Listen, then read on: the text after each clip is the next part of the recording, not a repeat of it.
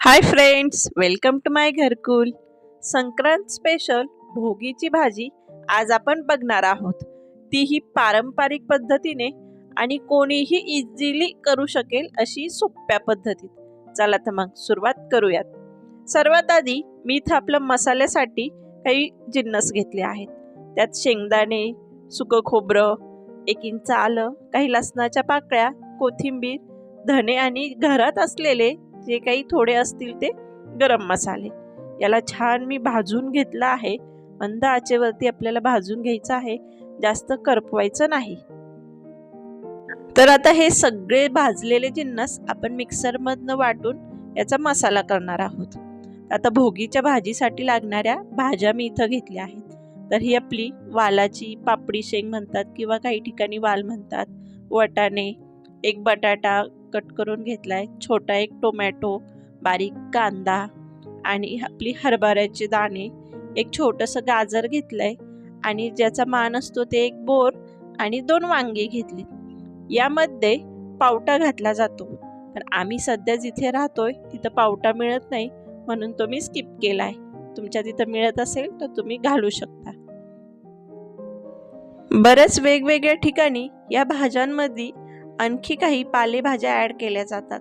प्रत्येकाची पद्धत ही थोडी वेगळी वेगळी राहते, तर आम्ही अशा पद्धतीने करतो. तर आता आपण नेक्स्ट प्रोसेस बघूया. इथं मी एक कढई गरम करायला ठेवली. त्यात मी एक 3 ते 4 चमचे तेल घेतलंय. ह्या भाजीला तेल आपण थोडं जास्त घेणार आहोत, म्हणजे चव चांगली लागते, तर्रीबाज भाजी होती. त्यात 1 चमचा जिरे घातलेत. जिरे छान तडकल्यानंतर आपण जो वाटलेला मसाला आहे तो घालायचा आणि मस्त तेलात परतून घ्यायचा. मसाल्याचे बरेचसे पदार्थ आपण भाजून घेतले होते, म्हणून याला जास्त परतण्याची गरज नाही. तर आता आपण यात बारीक चिरलेला आपला कांदा आणि टोमॅटो घालणार आहोत आणि आता कांदा टोमॅटो शिजण्यासाठी थोड्या वेळ परतून घेणार आहोत. तर संक्रांत असो किंवा बोरन्हाण असो, तर याचे सगळेशी रिलेटेड जे काही व्हिडिओ आहेत ते आपल्या चॅनलवरती आहेत. बोरन्हाण कसे करावे, त्याचं डेकोरेशन कसं असावं, त्यात काय काय लागतात, यांच्या बऱ्याचशा रेसिपीज मी टाकल्या आहेत. तुम्ही नवीन असाल तर बघू शकता. आणि हो, इथं मी 2 चमचे तिळाचा कूट टाकला आहे. माझ्याकडे तो होता म्हणून मी वरनं टाकला, परंतु तुम्ही जर मसाला ज्यावेळेस भाजत असाल शेंगदाणे खोबरे, त्यावेळेसच भाजलेले तीळ घेऊन त्यासोबतच वाटू शकता. तर इथं मी अर्धा चमचा हळद घेतली आहे, 1.5 चमचा आपल्या ठेवणीतला कुठलाही मसाला आणि 1 चमचा लाल तिखट. साधे सोपे मसालेत, याला काही स्पेशल मसाले लागत नाहीत. तर याला आपण व्यवस्थित परतून घेऊयात. आणि हो, चॅनलवर जर तुम्ही आज पहिल्यांदाच आला असाल तर सबस्क्राईब जरूर करा. असे छान छान व्हिडिओज किंवा आमच्या ट्रॅव्हल व्लॉग्सचे मी इथं शेअर करत असते. आवडल्यास सबस्क्राईब करा, लाईक शेअर करायला विसरू नका. आता मसाला आपला छान परतून झाला आहे. तर या स्टेजला आपण काय करायचं, यात 3 ते 4 चमचे पाणी ॲड करायचं, म्हणजे खूप जास्तही नाही, 3 ते 4 चमचे बस. तर आता याला मिक्स करून आपण झाकण ठेवून एक 2 ते 3 मिनटं याला वाफून घेणार आहोत, म्हणजे मसाल्याला छान तेल सुटेल आणि आपल्या भाजीला तरी चांगली येईल. तर आता एक 3 मिनटं मी हे झाकण ठेवून देते. 3 मिनटानंतर तुम्ही बघू शकता छान तरी आली आहे, मसाल्याने मस्त तेल सोडले. तर याला आपण थोडंसं परतून घेऊ. आणि आता नेक्स्ट आपण यामध्ये आपल्या ज्या सगळ्या कट केलेल्या भाज्या आहेत त्या घालून घेणार आहोत.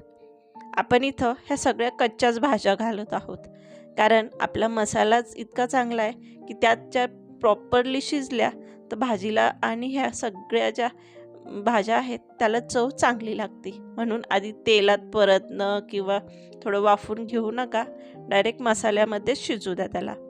आता भाज्या छान व्यवस्थित आपण परतून घेणार आहोत आणि आताही मी एक 2 ते 3 मिनिटासाठी झाकण ठेवणार आहे.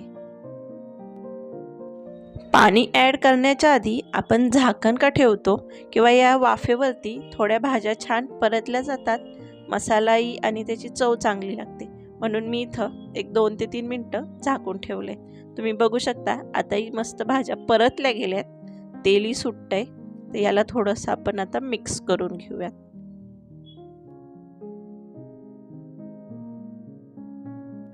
आता आपण नेक्स्ट प्रोसेस करूयात. इथं आपल्याला जेवढा रस्सा हवा तेवढं पाणी टाकायचंय आणि मी इथं गरम पाणी टाकलं आहे. कधीही अशी तर्रीची भाजी करताना गरम पाणी घातलं तर आपल्या भाजीला रंगही छान येतो आणि तरी मस्त येते. तुम्ही बघू शकता, अजून उकळी आली नाही तरी तरी छान वरती आलेली आहे. तुम्हाला जेवढं आवश्यक असेल, घट्ट भाजी हवी असेल तर पाणी कमी घाला. आता वरनं मी कोथिंबीर घालते आणि आपल्या आवश्यकतेनुसार यात मीठ घालायचं आहे.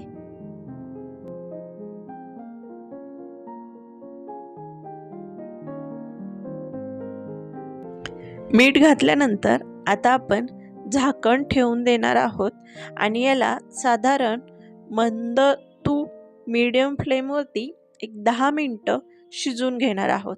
कारण ह्या भाज्या सगळ्या आपल्या कच्च्या आहेत.